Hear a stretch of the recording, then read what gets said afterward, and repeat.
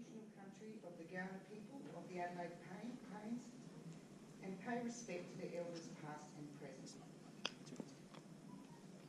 Tonight, we are really pleased to have Associate Professor Vincent Gramoli joining us from the University of Sydney to launch the latest in the ACS series of blockchain reports, Blockchain Challenges for Australia. This paper looks to identify some of the predominant challenges for applying blockchain technology in different contexts in Australia and proposes technical directions to overcome these. Thanks for being here. This report hasn't actually been released internationally yet, so we're really excited to be able to release it in Adelaide tonight. More about Vincent in a minute.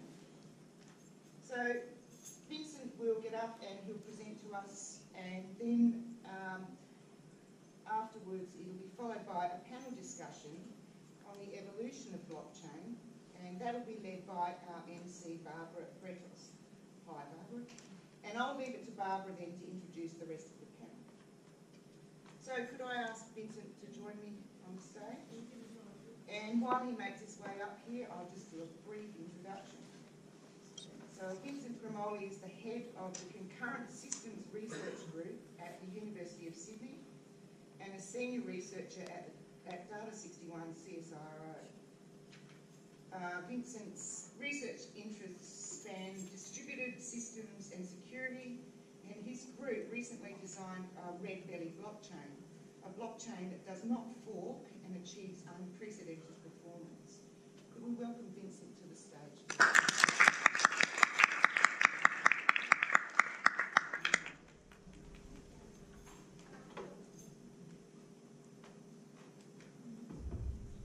Can you hear me? Okay, great. Thank you for the introduction. Just going to replace the slides.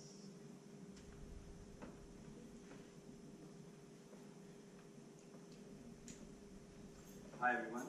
So what I'm going to talk about today is the new release of the ACS Technical Whitepaper, which is about the blockchain challenges for Australia.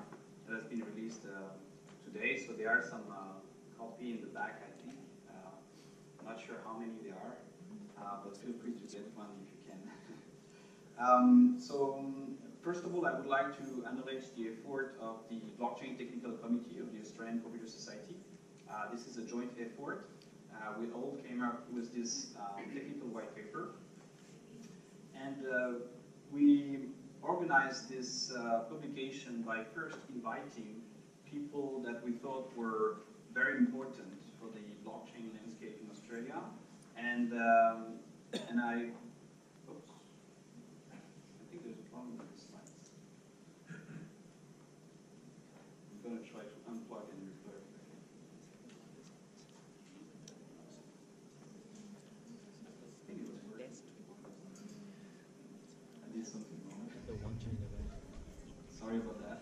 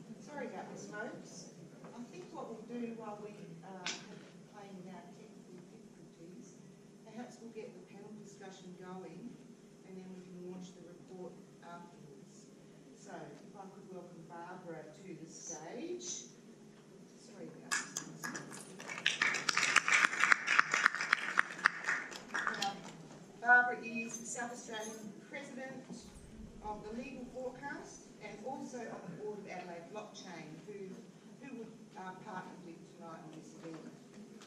She's recently undertaken her law honours thesis in blockchain, the ACS, and the role of trust in blockchain. She's particularly interested in the opportunities and challenges that blockchain technology brings from a legal perspective. Welcome, Barbara, and I'll hand it over to you to introduce the rest of the panel. Can you all hear me? Yes, wonderful. So I'm really delighted to be here guiding us through a bit of a panel discussion about the evolution of blockchain. And before we get started, I do want to give a quick introduction of all of our panelists. So we've got Hugh Rutherford, who is a software engagement leader at IBM in Adelaide, and Hugh sells strategic software solutions and has over 15 years of international experience across a range of industry verticals, which includes healthcare, government, commercial, and ICT. We also have Susan Corbisiero, who leads the technology team at Austrade and was previously the Trade Commissioner and Post Manager of the East China region with Austrade in Shanghai. Susan focuses on the opportunities in fintech and has been absolutely championing the Australian blockchain capabilities by driving the delivery of Australian blockchain missions to China in partnership with ADCA. We've also got Mike Scott, who is CEO and co-founder of Nona, which is a full-service software development studio. So Nona builds blockchain-based applications for both public and private blockchains for companies all around the world, and they plan to change the nature of how industries operate through their contributions to blockchain-based applications. We also have Riaz Esmailzadeh, who is a teaching professor and management of IT at Carnegie Mellon University, and recently taught one of the first, if not the first, blockchain topic in an Adelaide university. His 30 years of telecommunications experience ranges from publishing on broadband technologies to teaching topics related to IT-based entrepreneurship to being an expert in the Apple and Samsung trial from the Federal Court of Australia. And finally, we have Vincent Gramoli, who Mandy has already introduced and will later deliver the wonderful Blockchain 2030 report. So please join me in welcoming our panelists. Great. So this evening, we ambitiously plan to move through the evolution of blockchain. And with the technology that is so new, is receiving so much attention, and is so rapidly expanding and growing, it really is important to take a moment and look at where we've been and where we're going. And the ACS report is a really great example of that, which we'll hear a bit later, but so is the Deloitte Global Blockchain Survey that was released earlier this month. And they surveyed senior executives from all over the world and provided some really interesting statistics. And some of those was that 86% of blockchain they decided was broadly scalable and will eventually achieve mainstream adoption. They said that 83% said that their enterprise will already see a compelling use case for blockchain technology. And 53% said that blockchain has become a critical priority for their organisation this year. So all of these show a really positive trend for enterprise accepting blockchain as it evolves. And so I'll be asking some questions for about 30 to 40 minutes about the evolution of blockchain, and then we'll move into some Q&A, so plenty of time for that, and save all of your burning questions till then, and then perhaps actually we'll see the ACS report, and then you can ask questions about all of it all together. So to kick things off, I thought we'd start at the beginning. So Bitcoin 2009 and why it was a game changer. So perhaps my question to kick things off is, why was Bitcoin and blockchain different? What assumptions did it challenge that we inherently hold, and what really caught your attention about blockchain and sparked your curiosity? If anyone would like to kick us off. I'll go. Great. Can you hear me? No. Where's the on button? Sounds easy. I'm not kidding. Is that better? Can you hear me? Yes? Yes. Okay. So I think most people in this room probably have a basic understanding of the answer to that question, but I think the summary I would say is that it proposed the first true alternative to the current financial system, and at a time that I think it was very needed. Personally, because the question was what sparked my interest, I only got very interested in it when I began to see So I got involved in 2012. That was when I got exposed to Bitcoin. I'm one of the few impressive people that managed to lose money by buying Bitcoin in 2012. And my interest really peaked around the advent of Ethereum, running a software development business, the ability to, and I'll put it in the simplest form, program money was what really got us interested. And I won't get into too much more detail because I assume the level of knowledge in the audience is of a decent nature. So, can you hear me? And I suppose for most of us, the Bitcoin in the news, etc., came up, and I can't really place when the first time I heard about it. I've never invested in Bitcoin, so I've never lost money nor gained money, so whether it's a good or bad thing. My first involvement with blockchain was again also with Ethereum, and I sit on the board and advise a startup here which is involved in logistics and B2B integration. And so we realized the value blockchain could have, and I emphasize could have in connecting companies and automation of those processes, because information that flows between organizations and needs to be obviously recorded, but you want to also automate it. So programmable and, if you like, smart contracts become valuable, and that's where we were, we still are. We have some patents on it as well. But in general, again, for me personally, became more involved in about 3 months ago when I started thinking and then teaching on blockchain. And I would like to say that I have learned more, but probably I have more doubts as well about where this is going. So my personal interest is around is only scientific. So the first time I looked at Bitcoin, that was a very interesting technology, but for me it was relying on other building blocks like cryptography and distributed systems. So what I was amazed with was the popularity of this software that could combine these different technology all together and really be used on a daily basis by internet users. So I was really impressed by the popularity of the system, but I really started working on it quite late, so around 2015 when Ethereum came out. And the first thing that we asked ourselves, again, that was my research group was working in distributed system at that time. We were wondering how they could have solved a 30-year-old problem of distributed computing that was consensus. And so because we had been working in this area and trying to solve consensus as well as other researchers, we thought, how could they have come up with a solution to this famous problem? And so we tried to experiment Ethereum, run it, and try to essentially reverse engineer what was implemented there to understand with our own terms what was the blockchain, and especially the blockchain with smart contracts at that time. Okay. So I actually first heard about Bitcoin from my mum. She's a bit of a alt-right conspiracy theorist, and she gets these magazines from the US, and it was this change the government by Bitcoin, and she never bought any because she couldn't figure out how to do it on the computer, and I wouldn't show her because I thought it was a bit of a scam at the time. So she still holds me to this day about that. But I guess I wasn't really ever into Bitcoin, and from IBM lens, neither are we. We've always looked at blockchain as a way of improving efficiencies in a network where you need trust and transparency. So it's always been private networks for us where you already know each other, you're already kind of trying to share information and just trying to improve the efficiencies on that. I suppose for myself, the way that I came across Bitcoin was actually working in China.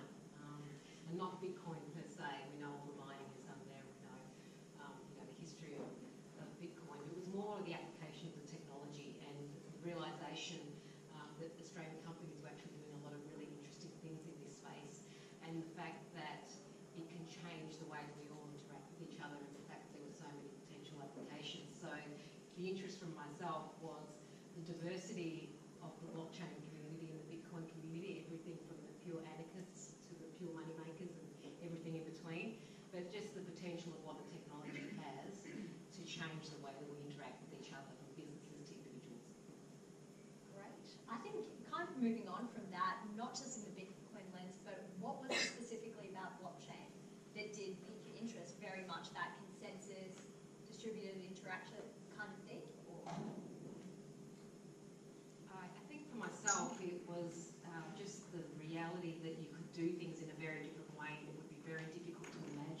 what we imagine today as to what we could do. And I recently just came back from Consensus in New York, and I was really pleased to sort of hear the conversation that it's actually, when we talk about blockchain, we lose a lot of people because it's so technical, and I'm sitting up here on a panel with a lot of very technical people. But as a consumer, I don't really care what the technology is behind it. I just want to know that it works. So when I look at blockchain, I'm actually thinking, what's the solution I'm trying to solve, and what is the best technology? And I see blockchain as an appropriate technology that actually can be used to solve a lot of those problems. Whether I'm buying an oyster from Tasmania, or whether I'm actually transacting and purchasing a securitized token or engaging in a financial instrument, I think that's the excitement of it. Sure, excellent. And I think that moves in quite nicely into the next theme that we're kind of looking to explore, which is we see all this potential in terms of consensus of what blockchain can do, and how is that being practically realised, and what are we seeing now? And I think one of those applications, which I'll get Hugh to kick off with perhaps, is the Australian National Blockchain, which was announced late last year, and that's a partnership with IBM, Herbert Smith Freehills, and Data61. So if you'd like to talk a bit about that. Sure, yeah, so it's still in early conception, but the idea of it is behind that it will be actually a publicly available blockchain network for all Australia. So maybe a bit like our national broadband network. It's a national blockchain network where anyone has the right to get on it and use it, and kind of hopefully it will just speed up adoption through the use cases that we're going to talk today around sharing data more easily and freely and trusted. But just to add in, I mean, that's one thing IBM's doing. We're doing a lot of others where it's moved on from the technology and that you're actually providing a service through the blockchain. So TradeLens helps you to, it's an as a service which helps you, clear data as you move through the ports, and we've got a food trust application which helps share food through the supply chain. So it's moving on past the technology for us into actually applications for citizens. And perhaps what are some other interesting use cases that the rest of the panelists have seen that are really challenging the ways that we do things in a different way? Yes, I can speak to some of that just from a sort of a practical experience perspective on probably a bit of a smaller scale, but I think I'll speak to maybe use cases but also challenges that we've seen. So I still believe that the biggest roadblock and the biggest challenge of blockchain is adoption. So there's a lot of speak about a lot of applications, a lot of amazing social benefits, which I think are potentially there, but until people are actually using them, it's kind of useless. So we speak a lot and we talk to a lot of people wanting to do things, and we say that's great, but that only works when you've got 100,000, 200,000, a million users. How the hell are you going to get people to use this thing that your mother can't buy because it's really difficult to use online, right? And then there's usually kind of crickets and just no answer. So something that we saw that was really interesting was actually an Australian company, a very big company, and we helped them design a supply chain, an end-to-end supply chain, all the way from the grower all the way through to the mills in China. And the reason why this was successful, or not as successful because it was never built, but the reason why it was interesting and exciting was they had the potential to actually force adoption. They owned the supply chain. They could more or less flick a switch and say, hey, everybody in our supply chain, you will actually benefit from this, which they would, so you will use it. And you don't actually have a choice. And that, in my experience so far, is unique still. So there are massive savings that they would have got there. The biggest savings would have been against the banks, so that might have been quite difficult, but the cross-border payments, the cross-border finance, the international remittances, the optimization of the shipping and the logistics side of it would have been enormous, billions of dollars. But the only reason that it would have worked, in my opinion, is simply because they could have forced adoption. But that's then paradoxical, right? Because the philosophy of all of this is that it's supposed to be decentralized and opt-in. So we've got some major paradoxes on our plate here. How do you get people to use it? Well, you've got to have a closed private blockchain that you force people to use. But hang on, isn't that diametrically opposed to what this thing is supposed to be? How do we navigate these things? So we're seeing a lot of terribly horrific ideas brought to us when we say, why do you want to use a blockchain? No idea. I'm also seeing a lot of really clever and smart use cases in the private corporate sector, which I think we should embrace, because in my opinion, that's how we're going to get mass adoption first. When you know each other, when you trust each other, it's easier to use these things. It's not exactly what I believe in philosophically, but I believe it's the beginning of getting mass adoption of blockchain.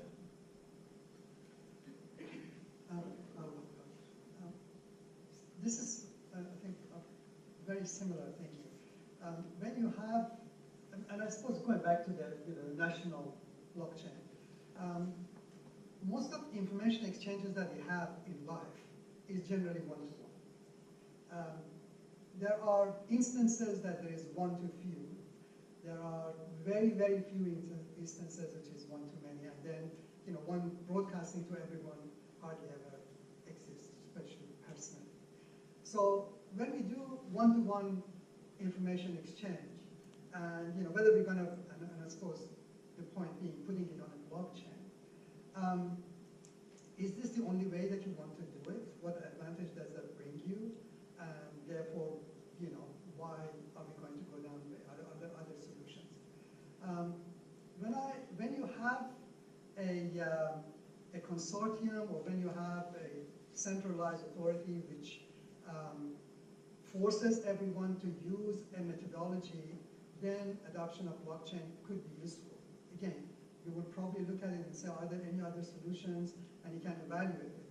Our job and my job, by the way, is not so much technologies, but as technology and management, is we are using a technology, but it needs to have a value proposition. What is the value that this technology brings? If the technology is good, and if it's going to save billions of dollars, yes, then you have a story to tell. And then you can start thinking, okay, why is it this particular solution that brings that many benefits, and why other solutions can't bring it? And then it becomes an easy sell. If you have all of those in place, you can go down that way. But I suppose initially you need to have those kind of examples which are easy to sell, which value proposition is easy to understand, and there is a central body which is going to force everybody to use that, whether they want it or not. I think one example is, in fact, Australian Stock Exchange, ASX, usage of blockchain for replacement of chess. They are sitting in the center. They are telling everybody we're going to go to blockchain starting in 2021, and everybody's going to say, okay. Even those who can't afford to go down that way, they're going to be forced by that way. Yeah, so I would typically add to that I think the beauty, and I think most of the people would agree with me, is that the beauty of this blockchain technology is really automation. So wherever we can see that we have some middlemen that can that have to take some tasks in the process, whether it's supply chain or whether it's tracking the provenance of items, then we can see that blockchain has a very important capability in replacing this middleman that we have on the way. And by that, of course, it can increase speed, reduce costs. This is kind of obvious, maybe, but now the problem that will allow us to take this beautiful technology and really make it adopted by the mass, I think is also has to do with regulation, standardization, and it's not clear in this landscape where people are trying to adopt blockchain technology to various use cases that are completely different, sometimes requiring that the participants are part of a private consortium, they trust each other to some extent, or maybe it's a consortium of competitors where they don't trust each other at all, or it's again a permissionless system where anybody can join without any special permission or identity. I think we have to really classify or maybe come up with a taxonomy of blockchain to be able to say, okay, who is willing to join this type of blockchain technology and is willing to adopt it globally? And I think we have to go down that path with government and regulatory agencies so that we can come up with precise definition of these blockchain technologies that are actually multiple. I think that's really interesting that one of the main barriers that it seems like over here is adoption, which quite often when I hear about blockchain, it seems like technology limitations are a really big one as well. And also, of course, government. If you were to rank what was the biggest limitation in terms of overcoming that mass adoption, getting those network effects, getting people on the blockchain, what would you put as number one? People. People. Is that in agreement? There are also technological limitations as well. Well, technology is probably the easy part, right? It's people, but it's also the scale, what it costs to get to scale. And I think that whilst you need adoption, also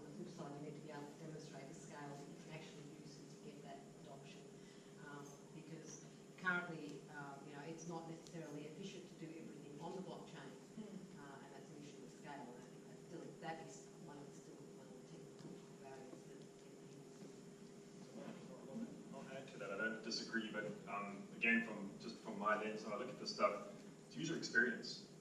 So, you know, something that we spend a lot of time on is like, I don't know, in a very practical sense, and obviously we have a wide range of applications we're speaking about, but if we're talking like a business to consumer application that we're building, how do you reset your password?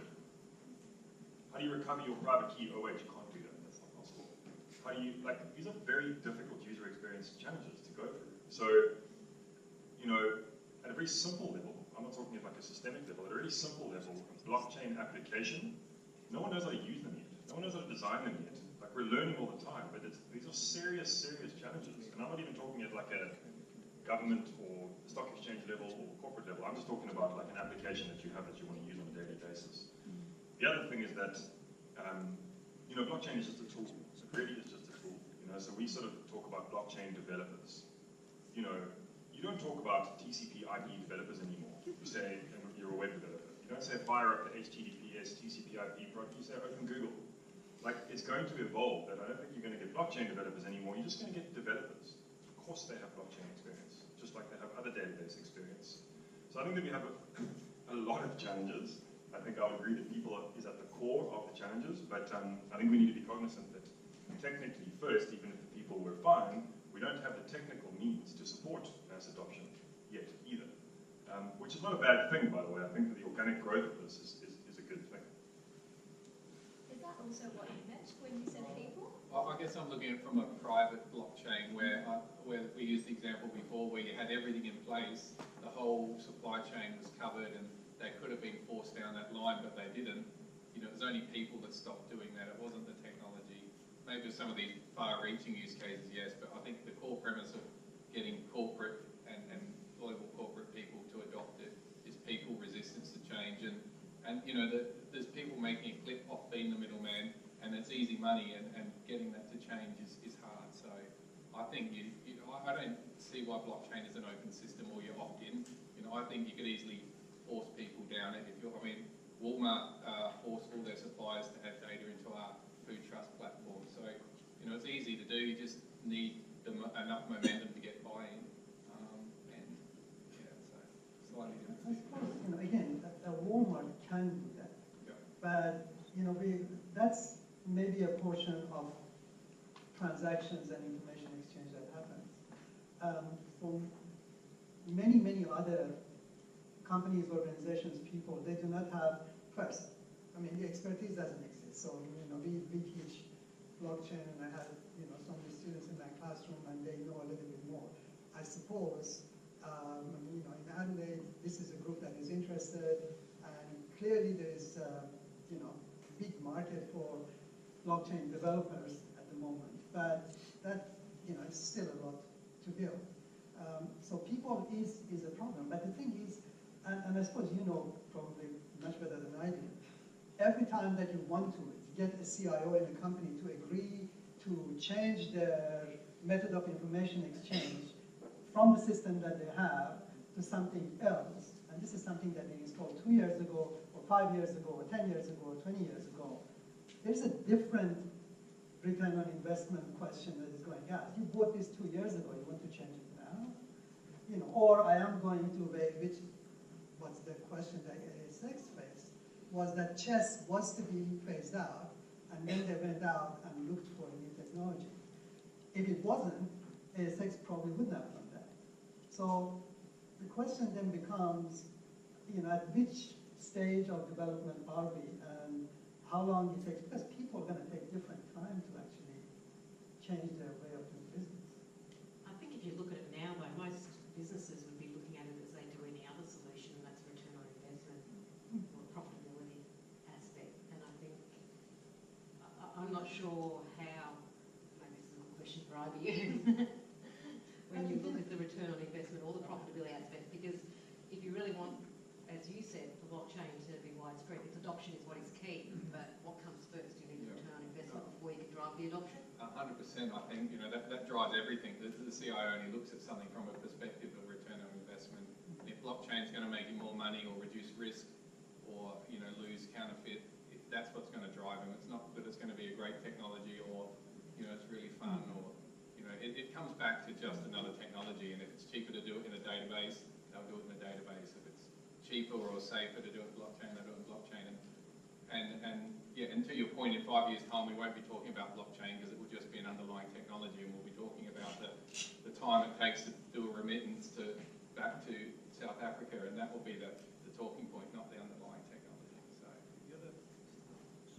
another observation that is a bit cheeky, but it's very real, is that I've started asking companies like, what budget is this coming out of? Is it coming out of a marketing budget? Because a lot of things that we're seeing are literally a marketing play, which is totally fine. But I mean, we've seen banks build safe custody solutions that they have absolutely no intention of using at all. They've literally built them to say that they've built them. And that creates a bit of complexity sometimes because you're not always having an honest conversation. You know, we've also seen big corporations do like a Bitcoin payment. This was quite long ago with a massive chain of retail stores. They had no intention ever of adopting Bitcoin payments as tools. I mean, that would be insane. You could never scale that if you're doing millions of transactions a day. How could you pay with Bitcoin every day? But they got millions and millions of dollars worth of PR. And I'd like to think that that's maturing now, but I think we, certainly as a service provider, we need to be cognizant of where this budget is coming from. I don't know if you see that. It's a more sophisticated market, I think, you're playing in than me, but it's equally frustrating and kind of amusing for me, because you hear these things and you kind of go, there is no chance that this would ever work, but you're still going to do it. And when you start to shed the light on it, that a lot of the stuff is coming out of a marketing and a PR budget, at least we know what we're talking about, but that conversation is still not yet, in my opinion, being had honestly. If I can add to it, I agree. I think we've seen a lot of marketing and PR exercises, but also I feel like blockchain is such a disruption in the sense that it's fundamentally distributed. It's not like asking maybe IBM to change their database by a new version, right? It's really getting rid of this central point of control and going fully distributed. Otherwise, it's not blockchain, right? And so there is such a big gap that it might frighten the industry. I'm not from the industry, so I cannot really comment, but I've been working with some company in the fintech industry, and I've realized that they have learned a lot by building in their innovation labs prototypes, maybe similar to what you were saying before, with an underlying blockchain that would be Bitcoin or maybe Ethereum or proof of authority Ethereum, but at least they have developed this business logic at the application layer. And during that time, people, maybe different people, developers and so on, were trying to mature the technology underneath, such that at some point there will be a moment where maybe we will have a mature underlying platform that will meet the requirement of this business logic that we have in the fintech and maybe in other industries. And I think we're waiting for this moment where these two things at the underlying layer and the overlay, the application overlay, will meet together. And here we will have a real adoption in production. But we're not there yet, and maybe part of the reason is that, you know, from time to time we hear in the news that there was a bug in this blockchain and people managed to double spend in this other blockchain. And so there is some security risks, and if you do the math, maybe you say, oh, the return on investment is not so good if the technology I use today may fail 2 years down the road. I think it's interesting where you said that if it's not a public blockchain, it's not a blockchain. And I think that when you mentioned like about adoption, a lot of that was coming from private blockchains. So how do you see adoption in public blockchains happening, and what do we need to do as a society to kind of get people comfortable with that?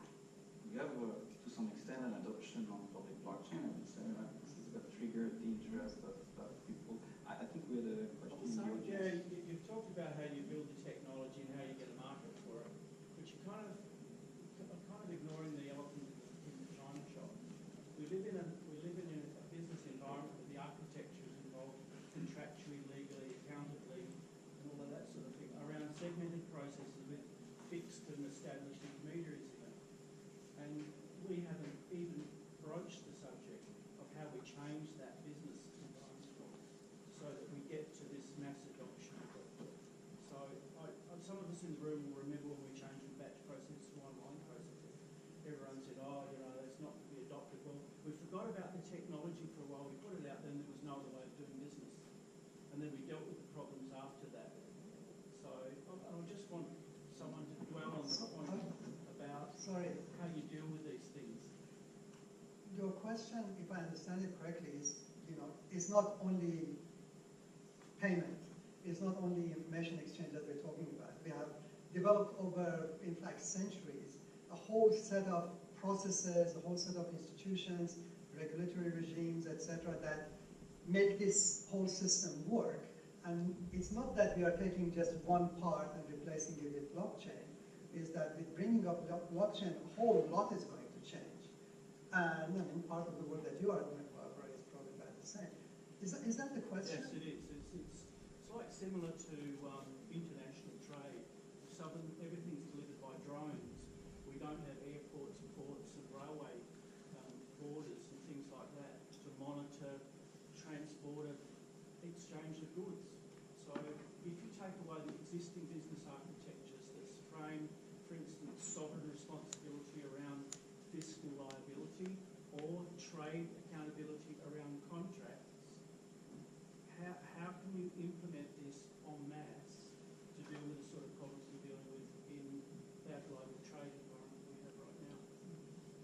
I don't think you can yet. I think that's kind of the point. So, and please guys, jump in, because I don't play at governmental level, but I don't think you can. And I think my personal opinion of how we're going to get adoption is through really simple, specific use cases. So there's a very cool startup called Fizzy, for example. Have you heard about Fizzy? No, They do airline tickets, so flight insurance, right? And this has been going now for, I don't know if anyone else knows about Fizzy, I'd say 2 years, 3 years. So this has been going for a while. It's really simple. You buy a flight, you go to Fizzy's website, you insure your ticket. You don't know it's using Ethereum. All it tells you is that as per the flight register, if your plane is, I think it's 2 hours and 1 second late, you automatically get a refund. That is an Ethereum smart contract that cannot not happen. It's being used en masse. Nobody even knows that it's Ethereum as far as I know, which is brilliant. For me, that's the good use case of blockchain, is when you don't know it's blockchain. Your mother probably could use that. My mother could use that, and I promise you my mother knows less than your mother. So that's how I think it's going to evolve, is through micro acceptance. To your point though, and I'm also not a legal expert by any means, but we've had some pretty sort of blank looks back from clients when they're saying, yeah, we want to do this thing, and it has a wallet involved, and we say, okay, but have you considered the implications? Because effectively what you're doing is you're messing with exchange control. So in South Africa, you can't take your money out of the country. It's very hard. And they look at you as if to say, what do you mean? And I'm going, well, where is this originating? You know, where it's being mined, and where it's being paid, and where it's being transferred. Where's it domiciled? Have you thought about the legal implications of the cross-border, of the border controls? Oh, wait, that's extremely complicated. So there's huge challenges. I think you're absolutely right to think like that. But I don't think it's going to be this massive shift. I think it's going to be small, little shifts. And I think regulation, I stay away from regulation as far as I can. But until regulation is settled, standardized, something, we're just going to see increased complexity in what you're talking about. It's a great point. I think from IBM's point of view, we try and work with the people who are already controlling the system. So our trade lens, we work with Maersk, Port of Rotterdam. I think there's 16 ports globally. So they're already the ones doing all these transactions, and we just say, well, put it onto blockchain rather than your paper trail. I think there's, from Rotterdam to America, it goes through 160 intermediaries or people for just shipping a mango or something like that. So for us, it's just about getting efficiencies within already the supply chain. Again, I suppose it's an example where there is a control, centralized control, which can actually implement. And I think something to add to the smart contracts and the legal side of it. Law and anybody who's read a contract, etc., knows how complex it can be. To translate that language into computer code, I don't want to say it's impossible, but it's very, very complex, especially if there are multiple steps. A simple thing can be done, and if it's a one-off insurance, I'm flying, something happens, it's done, Ethereum pays. If there are going to be association with reinsurance, etc., then it becomes more complex. And I think we are really early days, and probably not talking that complex. Interestingly, I think where we're going to see it a lot is in the gaming industry, the online gaming industry, because non-fungible tokens can now provide a genuine single source of truth. think crypto kitties, but then think Fortnite. People are already paying real money for these things. I mean, correct me if I'm wrong, guys, but I think the crypto kitty that sold the most was $80,000 US. All that they were buying was a proof of uniqueness. Now that exists. We've built non-fungible tokens for an AR game. Interestingly, I think that that's probably where we're going to see some pretty radical acceptance of this, because you've got a mindset that's very accepting of this. You've got a user experience that doesn't matter because the people that are doing this are generally early adopters. So I think we might actually find some really interesting progression coming out of the gaming industry. Sorry. I think something about digital assets, something that I don't understand. I think it's probably a question for everyone. Many of you have heard of, was it the Second Life concept, which was quite hot about 10, 15 years ago. And that was digital asset that you bought and you kept and the price went up. And then I think most of you have forgotten about it. You have heard it from me probably after 2 years or something. It's the first time. So some of these digital assets, I mean, crypto kitty, whether it is something that will be valuable in 20 years' time remains to be seen. But one has to consider precedences. But on that point, I think what we will see too is that with having an asset, having a digital asset, you can start to create value where there wasn't value before. I think of some of the companies, for example, I'm with Austrade, the Australian Trade and Investment Commission, where the Australian Government's Trade and Investment Promotion Agency. We took a group of Australian companies to consensus recently to take emissions to China as well. And what's really exciting there is what some of the companies are creating is they're creating marketplaces that don't have a tradable market now already.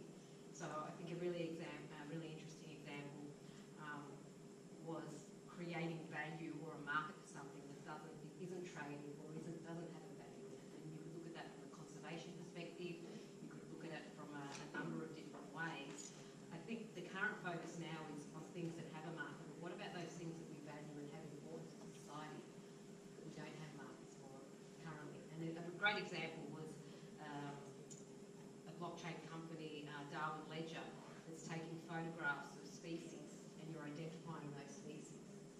And it's almost a citizen science type of project. Now, does that kind of project or does that kind of activity now currently have a tradable market? Probably doesn't. And that would be an excellent example of where you're creating a market for that. I think that's a really good point in terms of casting our mind forward to what blockchain could potentially do in terms of creating new value.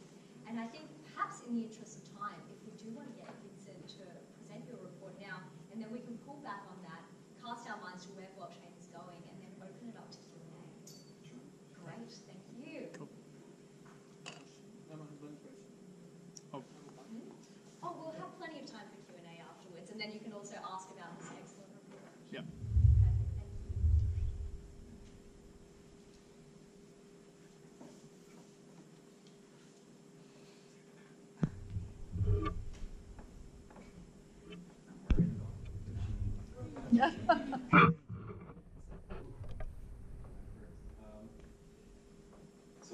So yeah, I'm going to talk about this technical white paper that we came up with the help of the Blockchain Technical Committee and the ACS. So we didn't do that alone. We organized a series of workshops, and I just want to thank the participating organizations. So we asked people from the industry, people from the government, people, legal or law firms, and also colleagues from academia and from regulation to come and discuss at full day workshops what, from their perspective, would be the biggest challenges that Australia would have to face in order to benefit from blockchain, not only on an economic level, but also on a social level. So blockchain in Australia, blockchain first of all started a decade ago, so it's like not so recent anymore, and it can be summarized as, I guess we have talked about it already, but a distributed set of computers that try to reach a consensus about the set of transactions they want to append to the blockchain. And it's also usually referred to as a data structure. So the same term is used in different senses. A data structure that is usually taught at the undergraduate level in computer science to students. What is interesting is that there are some major challenges that we still need to cope with, and for Australia to truly benefit from this blockchain technology. And what is interesting in Australia is that Australia is really at the forefront of blockchain technology in the world. And I can list a few examples here where essentially we know that the World Bank has selected an Australian bank to do the first test of a bond using blockchain technology. The Australian Research Council has invested some money into the Raspberry blockchain, one of the fastest blockchain that we have. And finally, Standards Australia has been nominated by the ISO in Geneva to lead or to manage the secretariat for the standardization of blockchain technology. We did a survey and we essentially asked all the members of, it's not easy for the panelists, I guess, to see the slides. We asked the members of the ACS to see whether they had adopted or whether they thought about adopting blockchain technology. And the responses were quite dispersed in terms of sectors from this, where these companies were. But what we realized, and maybe this is not as an optimistic number as what the Deloitte report mentioned, but we still observed that at least 20% of the respondents who were coming from various sectors said that they were considering or they already had deployed blockchain technology for their organization. So that was a very interesting and encouraging response that we got. And based on this work that we have done, again, with government, industry, regulation, and academic actors, we identified 4 main classes of challenges. The first one relates to scalability. We didn't talk about the people or how people would perceive blockchain and what was preventing them from adopting this technology, as we were discussing in the panel. We could have thought about this as another challenge, but we focus on technological challenge as part of this technical white paper. So scalability was one of the big challenges in the sense that Bitcoin can give you, let's say, with segregated witness update up to 18 transactions per second, which is maybe not enough for some applications. We identified security as another challenge that would prevent the industry from adopting it. Another challenge is regulation. And finally, the 4th challenge relates both to education and employment. So I will go briefly through each of these challenges, trying to explain why it's related to Australia, and then I will explain how we identify potential directions for this challenge. So essentially, scalability, let's put it in a simple way, scalability is simply the ability for a system to preserve its property, these nice appealing properties, as it grows, right? So if you think about blockchain network, you can think that as we add more participants to this blockchain network, we would like to keep performance that are good, that are interesting. We would like to maybe keep an energy consumption that is not too high, and potentially we would not need a lot more resources for the system to run. So why Australia? The geographical isolation of Australia makes it difficult for communicating with the rest of the world. And we have experienced some issues with blockchain technology, especially when people were able to delay the communication between nodes in the network. What can happen if you have a set of nodes that is isolated from the rest of the network is that someone could potentially take this as an advantage to steal digital assets, a mechanism that is called double spending. And this can be done without having more than half of the mining power. So there are several research that has been done in this area, especially around proof-of-work blockchain like Bitcoin and Ethereum, that have shown that this is not difficult to achieve.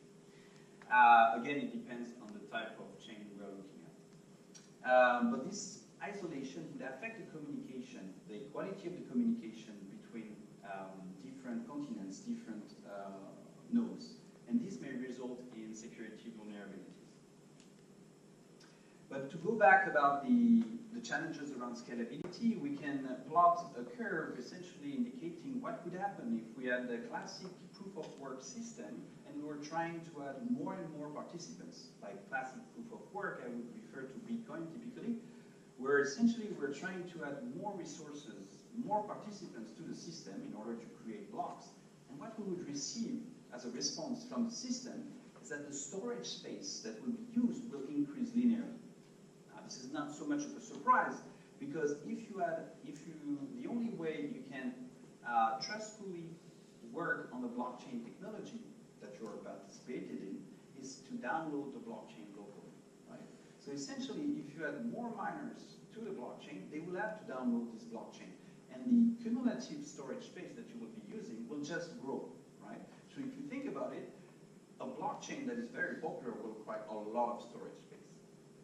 But it could be even more dramatic in terms of energy consumption. If, for example, the blockchain requires you to give a proof of work, so it requires a miner or a computer to solve a crypto puzzle, that grows, whose difficulty will grow with the number of participants.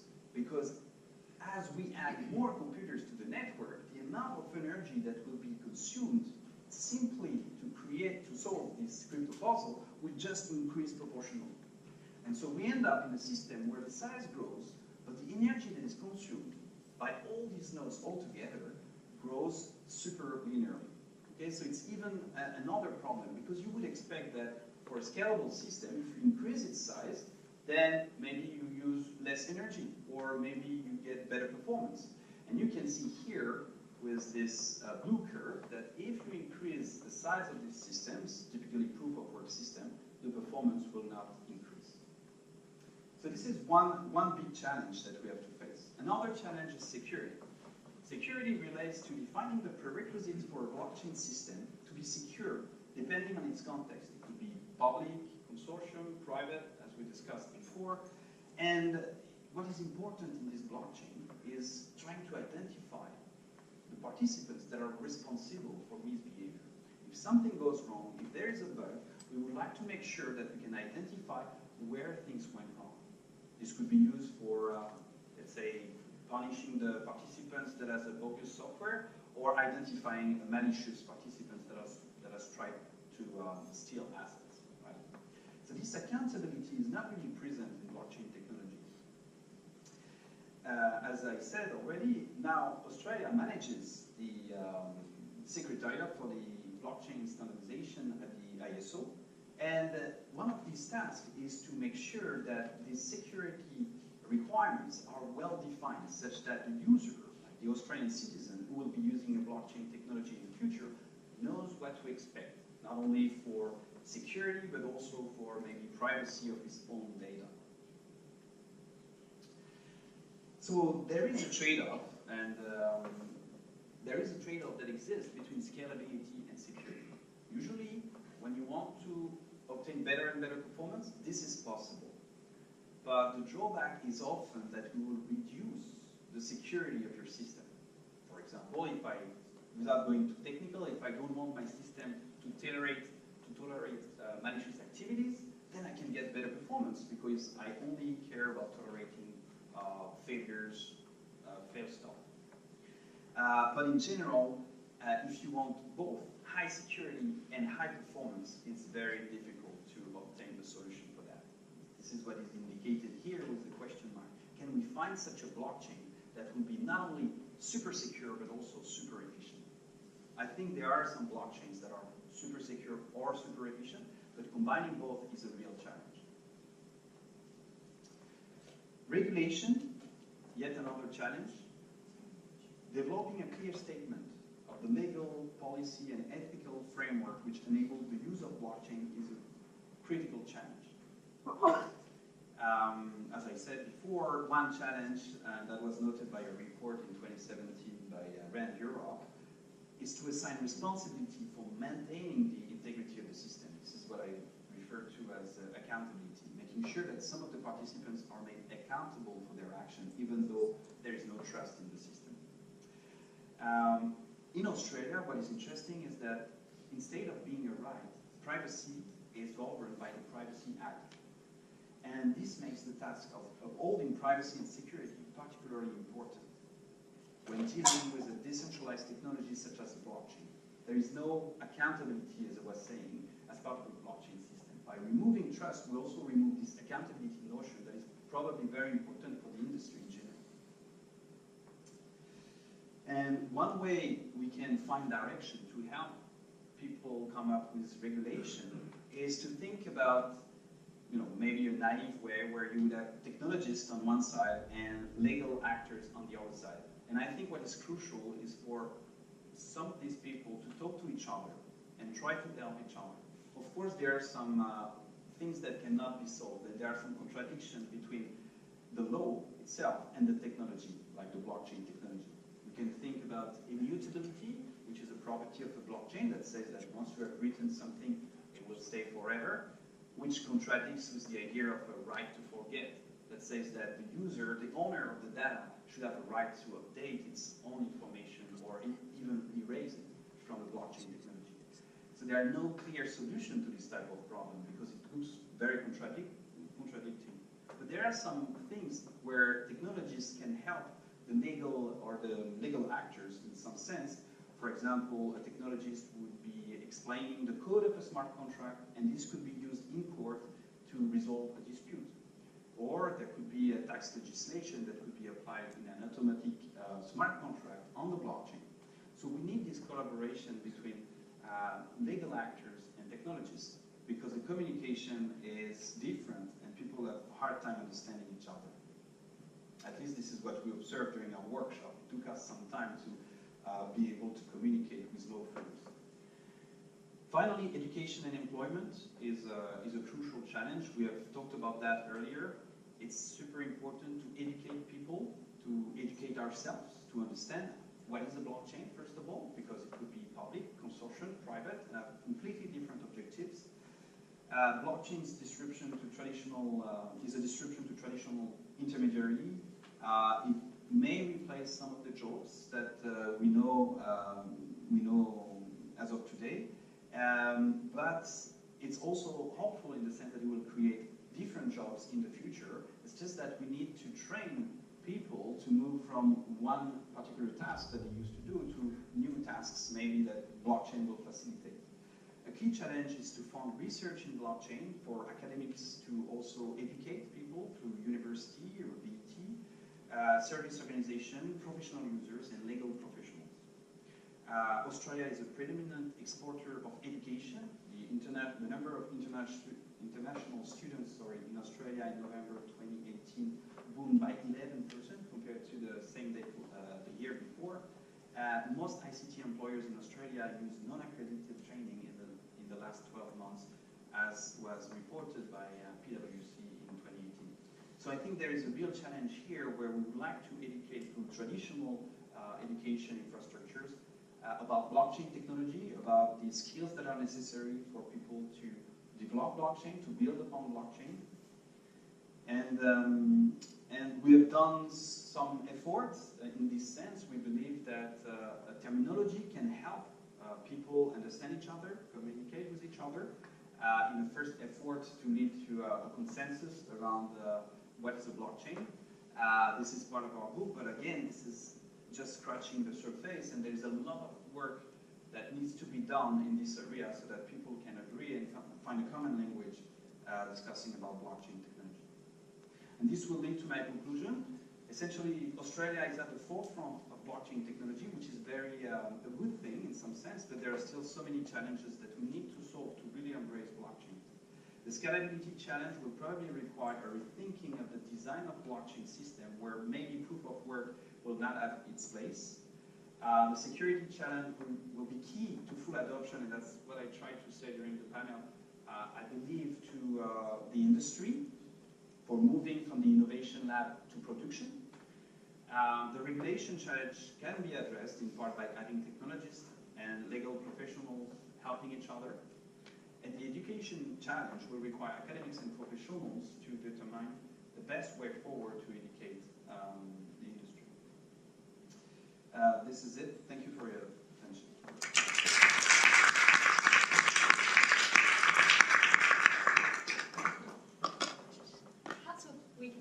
everyone back on the panel, and we might even just move into some Q&A. So did anyone have any questions? Great, right off the bat, perfect. Hello everyone. We all know that blockchain is a decentralized database, but could you highlight more what is like decentralized web, or the people are working on making it decentralized social media and decentralized web? What does decentralized web mean in blockchain technology? Just so I understand the question, you're saying that you understand the technical elements of decentralization, but what does it mean from a social perspective or a social media perspective? Yeah. How can the decentralized technology come in web? As one of the, I would like to talk about one of the blockchain startup called Tron, like the guy who started Justin Soon. He's trying to develop decentralized web for all the entertainment industry, like everything he wants to put everything on a decentralized internet. What does that actually mean? Okay, I can take a stab. Yeah. So we speak about it. So at the moment you've got Facebook, Google, Amazon, and it's a free model, right? Yeah. So it's free to use Facebook, it's free to use Google, it's free to use Amazon. Obviously it also isn't, but it's free. But in exchange you're giving them your data, right? That's effectively how you pay. It's free to use from a monetary perspective, but you're giving them your data, which has resulted in the wealthiest people on the planet. So blockchain presents an opportunity to have a better than free model, right? So if we take Facebook, there's an opportunity now to have data sovereignty. This is an opportunity. This is a pipe dream that I'm speaking about. But there is an opportunity. There's a technology that exists to have data sovereignty where I own my data. It is my data only, and I allow access to a network, for example, like Facebook. That technology now exists. But from a social adoption standpoint, that's a whole other set of challenges. Now that can exist for everything. That can exist now for health records. It can exist for psychological records. It can exist for everything. And this comes back, in my opinion, to one of the biggest challenges and one of the major things that I don't think is spoken about enough, which is solving the identity on the blockchain problem. Because a lot of these social things can only really evolve once you've got identity on the blockchain. Health records, land ownership, education records, attestation of your degrees can only really be effective if you've got a blockchain-enabled identity. Does that answer your question? Yeah. So the short answer is practically your data becomes yours, and you allow Facebook to have access.